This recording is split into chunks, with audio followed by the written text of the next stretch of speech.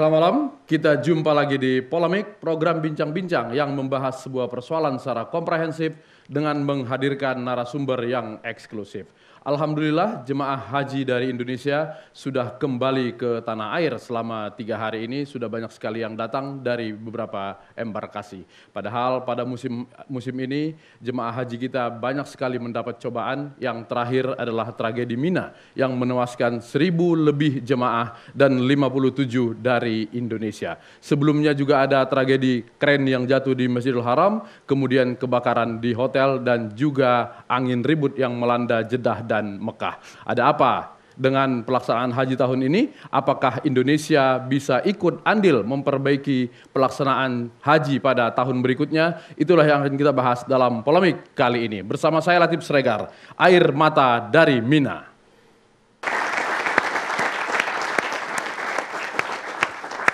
Ya, dan untuk membahas persoalan ini di Studio Division sudah hadir Ketua Komisi 8 DPR Saleh Daulaye, kemudian Sekretaris Pimpinan Pusat Muhammadiyah Abdul Mukti, Ustadz Ridwan Yahya, pengelola KBIH, kemudian ada Rosidin Karidi, Staf Humas Kementerian Agama, dan Pak Muharram Ahmad, Wakil Sekjen Himpuh. Dan sebelum kita berbincang, seperti biasa saya tidak sendirian, ada Cepopong yang akan membuka sidang ini. Silakan, Cek. Dengan melantunkan kalam ilahi, Bismillahirrahmanirrahim, Cepopong buka sidang istimewa malam ini. Baik, sebelumnya kan, kalau di dalam sidang yang tidak istimewa, itu tata tertib tidak perlu dibacakan lagi. Karena memang semua anggota DPR sudah tahu. Namun karena ini sidang istimewa, maka tentu ada baiknya kalau sedikit saja tata tertibnya Cepopong beritahukan. Ya. Pertama, ya, siapapun yang ada di ruangan ini boleh menyampaikan pandangannya mengenai tema. Kemudian yang kedua, kalau ada yang mau memotong pembicaraan orang lain, itu juga boleh-boleh saja. Tapi tentu supaya tidak benturan, itu diatur oleh polisi lalu lintas. Ya. Mangga. Oke, ya terima kasih, Cek. Saya langsung saja ke Bang Saleh Daulaye yang baru pulang dari Tanah Suci. Kapan pulang sampai di Indonesia? Ya, kemarin sore. Ya, berapa lama memantau haji di sana? 16 hari. Oke, jadi begitu banyak sekali kejadian. Yang terakhir tragedi Mina. Apakah penanganan terhadap jemaah haji asal Indonesia di sana berjalan dengan baik atau ada catatan dari Bang Saleh? Ya, pertama sebetulnya kalau kita mau mengevaluasi secara makro penyelenggaraan ibadah haji itu dibagi dua. Yang pertama yang dilaksanakan oleh PPIH kita, Panitia Penyelenggara Ibadah Haji Indonesia. Dalam hal ini Kementerian Agama sebagai leading sektornya. Kemudian yang kedua, yang dilaksanakan oleh pemerintah Saudi, yaitu PPIH pemerintah Saudi. Ya. Nah, antara dua panitia ini semestinya kan memang harus sejalan, sehingga penyelenggaraan ibadah haji itu bisa menjadi nyaman, aman, dan jamaah haji kita bisa melaksanakan ibadah dengan baik. Dari sisi panitia penyelenggara ibadah haji Indonesia, tentu saja kita merasa bangga bahwa tahun ini pemerintah kita menyediakan fasilitas yang saya kira jauh berbeda dari tahun-tahun sebelumnya. Walaupun ongkos haji turun, tetapi panitia kita menyiapkan pemondokan yang saya kira cukup bagus ya. Dan itu hotel bintang kelas bintang 3 dan 4 yang saya kira itu malah ada sebagian dari jamaah haji kita tinggal di hotel-hotel bintang 4 yang jauh lebih baik dari yang katanya haji khusus misalnya. Itu kan salah satu contoh. Kemudian dari sisi pemberian catering saya kira juga sudah mulai bagus. Hanya ada kemarin kendala sedikit soal transportasi di mana ada 1.722 bis yang akan mengangkut jamaah kita dari Madinah ke Mekah. Ada 27 diantaranya yang mogok dan itu menjadi isu. Tapi kita dari tim pengawas DPR RI sudah meminta kepada pemerintah untuk memperbaiki itu karena ada arus mobilisasi massa atau jamaah dari Mekah ke Madinah yang akan dilakukan nanti setelah tanggal 3 Oktober dari Mekah menuju Madinah atau dari Mekah menuju Jeddah. Dan itu sudah insya Allah itu akan di-upgrade, akan diperbaiki, dan tadi saya mendapat laporan dari Saudi dan saya sudah ditunjukkan foto-foto bis yang akan dipergunakan. Alhamdulillah itu insya Allah akan menjadi baik.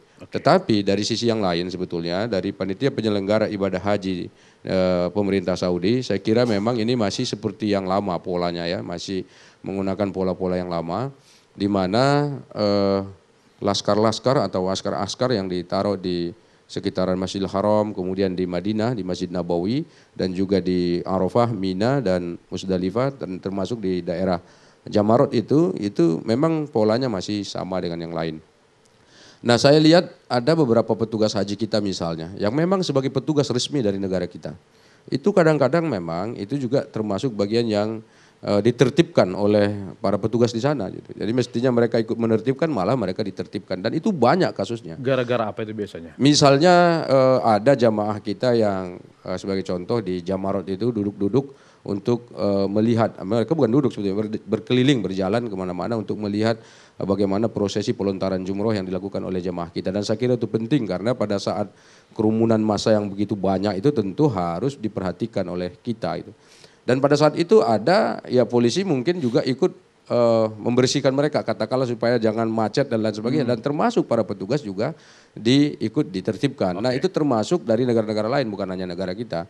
Begitu juga di Masjidil Haram itu. Jadi setiap orang memang ditertibkan dengan pola yang sama. Nah yang paling agak membuat kita terganggu itu adalah kadang-kadang askar-askar ini dia hanya bisa berbahasa Arab, bahasa Arabnya bahasa Arab Ammiyah, bahasa Arab yang kalau di sini ya kayak model prokem gitu. Jadi kalau ada anak pesantren yang belum pernah ke Timur Tengah, dia pakai bahasa Arab Fusha itu belum tentu dimengerti. Dan itu jadi problem sendiri. Jadi mereka hanya bisa menggunakan bahasa sendiri, tidak ada komunikasi, dan dalam konteks inilah maka itu kelihatan tidak nyambung. Nah, apakah itu penting? Saya kira sangat penting. Jadi tragedi yang terjadi khusus yang terakhir, tragedi Mina, saya kira juga kan katanya ada askar-askar yang mengamankan. Pemerintah Saudi mengakui bahwa di setiap sudut itu mereka tempatkan pasukan-pasukan mereka. Nah, mungkin saja pada saat penggiringan jamaah, ini kan ada yang menyebut kok bisa sampai ke Syari' Al-Arab 204 itu kok menumpuk orang di situ. Berarti kan ada orang-orang entah siapapun namanya, ini karena katanya masih diinvestigasi, kita tidak boleh menyebut lebih dulu. Berarti ada orang yang mengarahkan ke situ jalurnya. Ya enggak, orang yang tidak mengerti dan tidak paham itu bisa saja agak kesulitan. Ya. Jamaah kita itu Pak Latif, itu jamaah kita itu tidak semuanya bisa berbahasa Arab. Sedangkan bahasa Indonesia saja masih pasif. Dan mestinya itu juga menjadi perhatian kita. Dan ini nanti ada catatan-catatan kita ke depan yang akan kita sampaikan ke Kementerian Agama untuk dijadikan sebagai bahan evaluasi yang lebih komprehensif kepada pemerintah Saudi. Dan termasuk juga untuk pelaksanaan haji versi PPIH Indonesia. Ya tentu saja. Pasti nanti kalau untuk PPIH Indonesia itu kan urusan internal kita dan itu banyak catatan kita. Walaupun tadi saya katakan secara umum bagus, tapi tetap saja ada catatan-catatan yang akan mengiringi apa yang dilakukan oleh Kementerian Agama itu. Baik, oke. Saya langsung ke Pak Rasyidin. Kita harus tepuk tangan dulu kepada Kementerian Agama karena dari pengawas DPR bilang bahwa secara umum pelaksanaan oleh Indonesia sendiri berjalan dengan baik. Tapi kemudian ada bencana seperti ini. Bagaimana Pak Rasyidin pelaksanaan haji pada tahun ini dari Kementerian Agama melihatnya? Silakan. Ya. Diganti. Iya, terima kasih Mas Latif. Jadi betul kami berterima kasih juga mengapresiasi kepada kawan-kawan DPR yang turut membantu Kementerian Agama dalam merencanakan bahkan sampai melihat langsung perjalanan penyelenggaraan ibadah haji di Arab Saudi. Tentu tadi yang disampaikan oleh Pak Ketua betul, nanti ada sebagian catatan-catatan yang akan dibicarakan secara internal. Terkait dengan penyelenggaraan ibadah haji di yang tahun 2015 ini, secara makro sudah bagus. Jadi ada beberapa fasilitas-fasilitas peningkatan pelayanan yang diberikan oleh pemerintah kepada jemaah haji Indonesia, meskipun dalam catatan itu terjadi penurunan BPIH. Namun demikian kita selalu berusaha untuk meningkatkan pelayanan kepada jemaah haji. Begitu Mas Lati. Oke, secara umum sebetulnya domain mana yang menjadi tanggung jawab pemerintah Indonesia, kemudian yang mana menjadi tanggung jawab pemerintah Saudi terkait dengan adanya tragedi Mina ini? Ya, terima kasih Mas Latif. Jadi terkait dengan tragedi di Mina, tentu kita pemerintah Indonesia dalam rangka memberikan pelayanan kepada jemaah haji Indonesia ingin memberikan kepastian informasi kepada keluarga khususnya di Indonesia dan masyarakat Indonesia pada umumnya terkait dengan identitas jemaah-jemaah haji kita yang menjadi korban Mina tersebut, baik itu yang wafat maupun yang dirawat. Ya. Oke, kemarin ada media yang menulis versi Indonesia waktu itu masih 14 orang. Lalu kemudian ada satu KBIH di Bandung, KBIH Persis, mengeluarkan daftar korban yang versi mereka sendiri lebih dari 14 dan itu tidak masuk dalam daftar yang dikeluarkan oleh Kementerian Agama. Kenapa kemudian ada KBIH bisa mengeluarkan data tanpa seizin pemerintah Indonesia? Kami di pemerintah tentu sangat berhati-hati untuk mendeklar bahwa jemaah haji itu wafat atau tidak. Kami harus menunggu identifikasi data forensik, data medis dari pemerintah Arab Saudi, kemudian data medis dari petugas kita untuk memastikan bahwa jemaah tersebut wafat. Baru kita akan mendeklar. Oke. Ada yang tidak pulang kan, ada puluhan orang yang tidak pulang, ternyata kemudian oleh rekan-rekannya sendiri di kelompoknya itu sudah tahu bahwa ini meninggal dunia. Tapi kemudian Kementerian Agama belum mencatat itu dalam daftar mereka. Akhirnya keluarga mendapatkan kabar dari KBIH-nya. Lalu kemudian mereka bilang negara atau pemerintah terlambat menyampaikan kepada kami. Iya, betul. Memang kami sebelumnya minta maaf kepada keluarga jemaah haji Indonesia dan masyarakat Indonesia pada umumnya jika kami di Kementerian Agama bekerja terkesan ada kelambatan. Namun demikian banyak sekali kendala-kendala yang kami hadapi ketika di lapangan. Sebagai contoh, 1-2 hari pertama sejak kejadian, pemerintah Arab Saudi itu memberikan prioritas dalam penanganan korban dan evakuasi korban. Tentu dalam penanganan ini tidak boleh kita masuk ke sana, tidak bisa kita masuk ke sana sampai hari Jumat malam, kira-kira pukul 23 atau jam 11 malam, baru rombongan kami dari PPIH itu diberi akses untuk bisa masuk ke Muaisim. Oke. Disitulah baru kita mulai. Oke. Memang akses itu tidak diberikan dari awal. Betul, karena mereka memprioritaskan untuk melakukan penanganan dan evakuasi.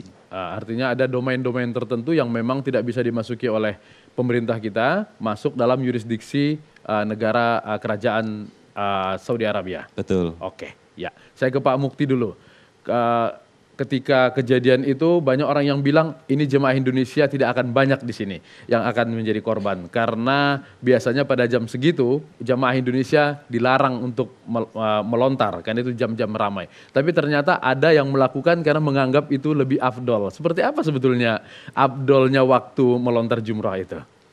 Ya memang dari sisi pelaksanaan ibadah itu kan ada hal yang diyakini oleh jamaah kita sebagai sunnah Nabi, dan itu adalah mengikuti bagaimana Nabi menunaikan ibadah haji, dan sebagian adalah yang berkaitan dengan regulasi dari khususnya PPIH yang memang juga memiliki beberapa aturan yang memang dalam beberapa hal berbeda dengan yang diyakini oleh jamaah termasuk sebagian oleh KBIH.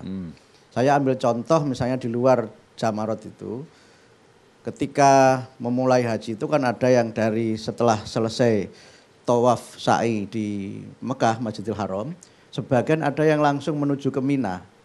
Baru setelah dari Mina bergerak ke Arafah, dari Arafah bergerak ke Mina lagi. Iya. Dan itu yang diyakini oleh jamaah sebagai sunnah Nabi. Nabi dulu begitu melaksanakannya. Bahkan sebagian ada yang lebih berani lagi, tidak sekedar mengambil rute ini tapi juga berjalan kaki juga. Sebagian memang dilakukan dengan koordinasi, sebagian tidak. Tapi dalam beberapa hal memang menurut saya ini menjadi salah satu hal yang secara khusus harus diselesaikan antara pemerintah dengan beberapa KBH itu. Nah termasuk kemudian kalau yang pemerintah dulu saya sempat petugas itu kan dari Masjidil Haram itu langsung ke Arafah, tidak ke Mina dulu. Ya. Yang langsung ke Arafah ini pertimbangannya adalah pertimbangan keselamatan, pertimbangan keamanan dan hal-hal lain yang menyangkut aspek misalnya efisiensi dan sebagainya. Nah oleh sebagian jamaah rute yang dari Masjidil Haram setelah tawaf sa'i kemudian langsung ke Arafah ini dianggap tidak mengikuti sunnah. Sehingga sebagian dari jamaah kita dari KBH tertentu ini tidak mau ikut. Bahkan sekarang dari waktu ke waktu, terakhir saya menjadi naib Amirul Haji itu, jumlah mereka yang mengikuti rute ini semakin banyak. Dan bagi maktab-maktab di Saudi mereka tidak ada persoalan sepanjang itu terdata dan kemudian bahkan mereka sebagainya mengorganisir sendiri transportasinya. Nah ini yang kemudian menjadi salah satu sebab kenapa kemudian berbagai persoalan itu muncul. Nah termasuk menyangkut waktu-waktu jumroh itu kan memang rutenya kalau kita ikuti kan setelah dari wukuf Arafah kemudian bergerak ke Mina melalui Musdalifah. Nah proses perjalanan dari Arafah Mina melewati Musdalifah ini memang traffic jamnya melebihi Jakarta. Ya. Kalau kita lihat jumlah jamaah yang berjuta-juta itu, kalau semuanya diangkut dengan bis, kira-kira bis itu kalau dibariskan, itu sudah tidak bergerak pun sudah tempuk dari Mina sampai Arafah itu. Jadi lebih parah lagi Bang Latif dibanding Jakarta.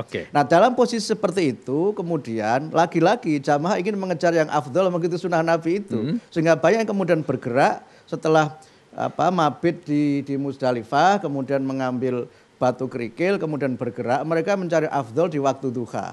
Nah peristiwa ini kan terjadi pada waktu itu, sedangkan menurut sebagian sebenarnya ada waktu-waktu yang tetap sah walaupun tidak afdol. Nah inilah yang kemudian memang seringkali menjadi salah satu sebab kenapa kemudian berbagai peristiwa-peristiwa yang berkaitan dengan haji itu memang dalam beberapa hal menjadi sebab terjadinya musibah. Tapi tentu pada konteks ini memang saya kira teman-teman yang jadi petugas juga mengalami. Puncak haji itu kan memang kita sebut dengan Armina itu. Arafah Mina itu yang memang terutama wukuf Arafah itu kan semua jamaah dalam keadaan sakit pun harus dibawa ke Arafah. Sehingga semua ini berkonsentrasi di situ pada waktu yang relatif sama dalam jumlah yang sangat banyak dan bergerak menuju ke arah yang sama dalam waktu yang relatif sama. Nah inilah titik-titik krusial yang kemudian memang secara teknis itu harus diantisipasi dengan pelayanan-pelayanan transportasi yang paling nyaman dan paling mungkin untuk bisa dijangkau. Nah pada sisi inilah menurut saya komunikasi antara Kementerian Agama dengan KBIH ini perlu ditingkatkan. Baik. Dan dalam beberapa hal Bang Latif ini pengamatan saya, mudah-mudahan saya salah itu. Wibawa petugas yang ditunjuk oleh Kementerian Agama ini kalah dibanding wibawa KBIH. Sehingga dalam hal-hal menyangkut ubudiyah, jamaah ini lebih patuh kepada pembimbing KBIH-nya daripada yang pemerintah.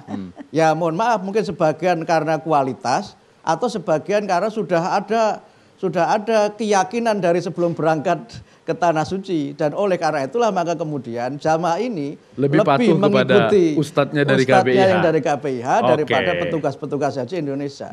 Seringkali ada yang bilang, oh yang pemerintah itu kan plat merah. Ini kan kita ini kan plat yang tidak merah. Baik, saya langsung ke Pak Ustadz Ridwan Yahya dulu. Apakah memang KBIH itu boleh melakukan hal-hal yang sebetulnya sudah digariskan pemerintah, misalnya seperti melontar tidak boleh pada waktu duha supaya mengutamakan keselamatan, tapi KBIH boleh melakukan sendiri, berinisiatif sendiri. Ya. Bismillahirrahmanirrahim. Terima kasih Pak Latif. Jadi seperti yang seringkali disampaikan oleh Menteri Agama sendiri dari menteri-menteri sebelumnya bahwa KBIH itu adalah mitra Departemen Agama. Jadi kami dari KBIH memposisikan diri kami sebagai mitra. Kalau mitra sejajar berarti? Ya, jadi tentunya di dalam pelaksanaan ibadah haji kami masing-masing memahami posisi kami.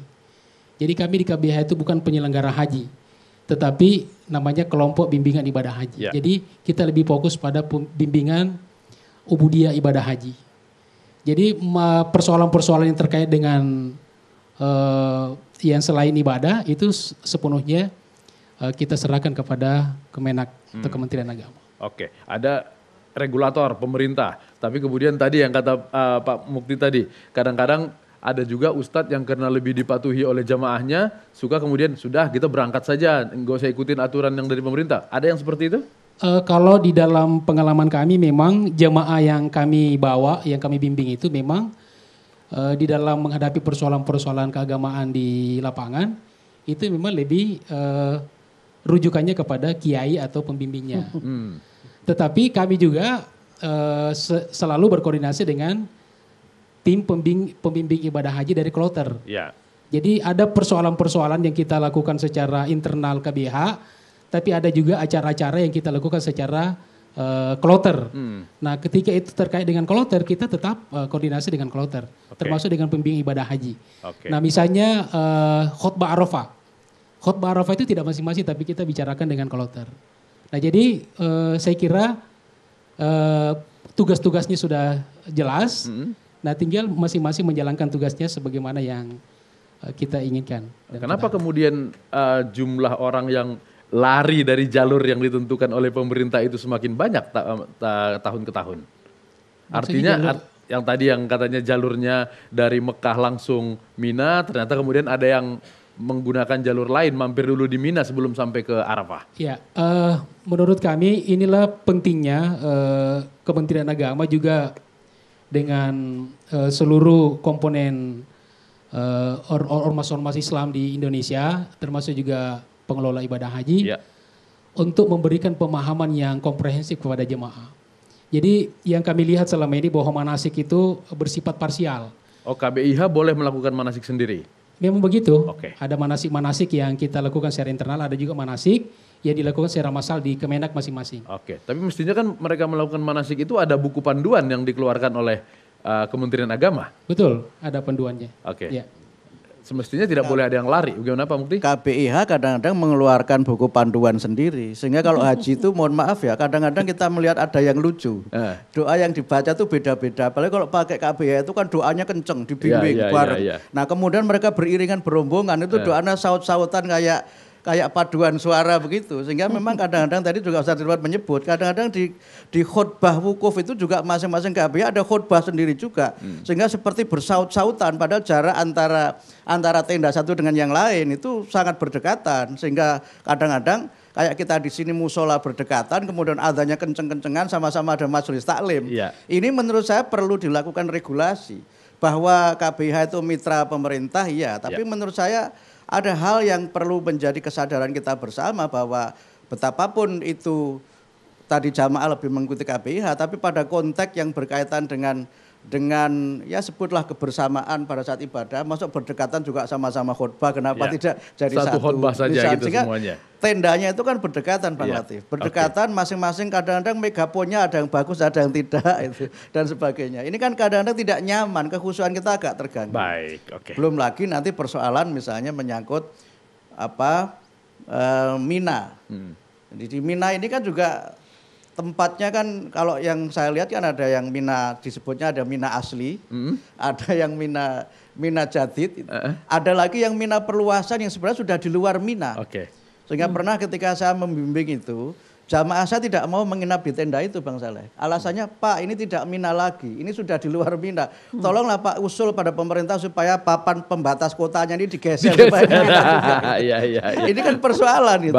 Sehingga karena itu, maka jamaah kemudian banyak yang tidak mau. Sehingga akhirnya apa? Karena meyakini bahwa yang sah itu adalah, atau yang afdol itu adalah di Mina asli. Pindah yang semua ke sana. Bainal Jabalain. Kalau malam itu seperti seperti pengungsi itu bawa tikar, bawa kelengkapannya ke arah Mina meninggalkan asli, tenda. kemudian menggelar tikar di Iya. situ, kemudian tiduran di situ, dan itu sebagainya karena keyakinan bahwa yang namanya Mina itu yang Mina asli. Oke, Kalau yang baik. namanya Mina perluasan ini Mina Palsu. jadi-jadian kira-kira Oke, begitu. Gitu. Baik, Bisa. kita istirahat dulu Ustadz ya. Ya, Cek. Baik, Ya. sebelum lanjut, Cepopong ingin menyampaikan ungkapan bela sungkawa dan berduka cita setulus-tulusnya kepada semua keluarga yang kena musibah. Apakah itu wafat, apakah itu luka, apakah itu hilang.